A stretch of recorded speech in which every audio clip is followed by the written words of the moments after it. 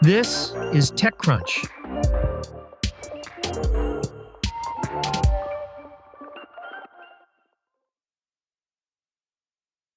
Rainmaker Technology's bid to deploy cloud seeding flares on small drones is being met by resistance from the Airline Pilots Union, which has urged the Federal Aviation Administration to consider denying the startup's request unless it meets stricter safety guidelines. The FAA's decision will signal how the regulator views weather modification by unmanned aerial systems going forward. Rainmaker's bet on small drones hangs in the balance. The Airline Pilots Association told the FAA that Rainmaker's petition fails to demonstrate an equivalent level of safety and poses an extreme safety risk. However, Rainmaker CEO Augustus Dorico said in email that all of the union's objections are based on only the public notice, rather than non-public documents submitted to the FAA that outline all of the company's safety data and risk mitigations. Rainmaker is seeking an exemption from rules that bar small drones from carrying hazardous materials. The startup filed in July, and the FAA has yet to rule. Instead, it issued a follow-up request for information, pressing for specifics on operations and safety. In its filing, Rainmaker proposed using two flare types, one burn-in-place and the other ejectable, on its Elijah quadcopter to disperse particles that stimulate precipitation. Elijah has a maximum altitude of 15,000 feet MSL, measured from sea level, which sits inside controlled airspace where commercial airliners routinely fly. Drones need permission from air traffic control to fly inside this bubble. Rainmaker's petition says it will operate in Class G, uncontrolled airspace unless otherwise authorized. ALPA notes the filing doesn't clearly state where flights would occur or what altitudes would be used. However, Dorico said the documents submitted to the FAA disclosed that in addition to the flights being constrained to a max altitude of 15,000 feet MSL, they will be conducted in airspace that is predetermined to be safe by aviation authorities, voiding any reasonable concern about high-altitude flight or airspace coordination. ALPA did not reply to TechCrunch's requests for comment. The union also objects to the flares themselves, citing concerns about foreign object debris and fire safety. ALPA points out that the petition does not include trajectory modeling of the ejectable casings or analysis on the environmental impacts of chemical agents. Regarding their objection to the use of flares, independent bodies like this administration's EPA and multiple state departments of natural resources have studied the dispersion and environmental safety of materials used in cloud seeding for over 70 years and never found any adverse effect from cloud seeding, Dorico said.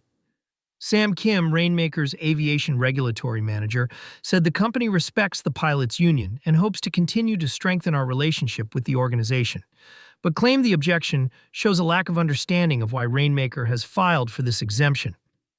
Our use of flares in unmanned systems is solely for research purposes in a controlled flying environment and is not a part of our larger ongoing operations, Kim added. Dorico said that a typical Rainmaker operation disperses 5,100 grams of silver iodide, and far less than that in a flight with flares. While 1 hour of flight of a commercial plane releases kilograms of uncombusted volatile organics, sulfur oxides, and soot, significantly more material than a Rainmaker op.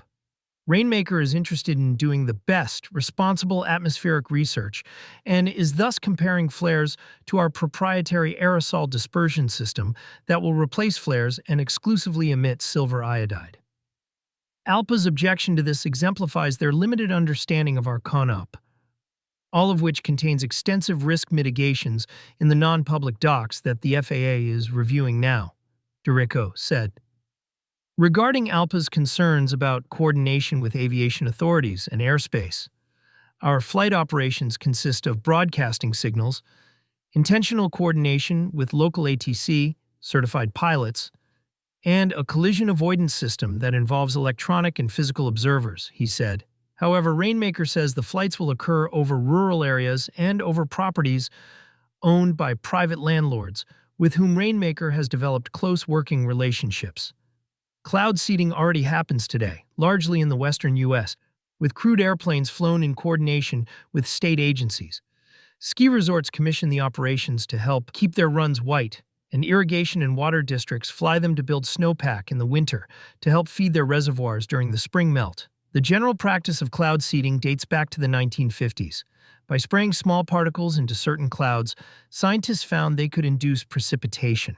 Typically, cloud seeding operations use silver iodide for the particles, mostly because they mimic the shape of ice crystals. When a silver iodide particle bumps into droplets of water that are supercooled, they cause the droplet to rapidly freeze because its water is already below the freezing point.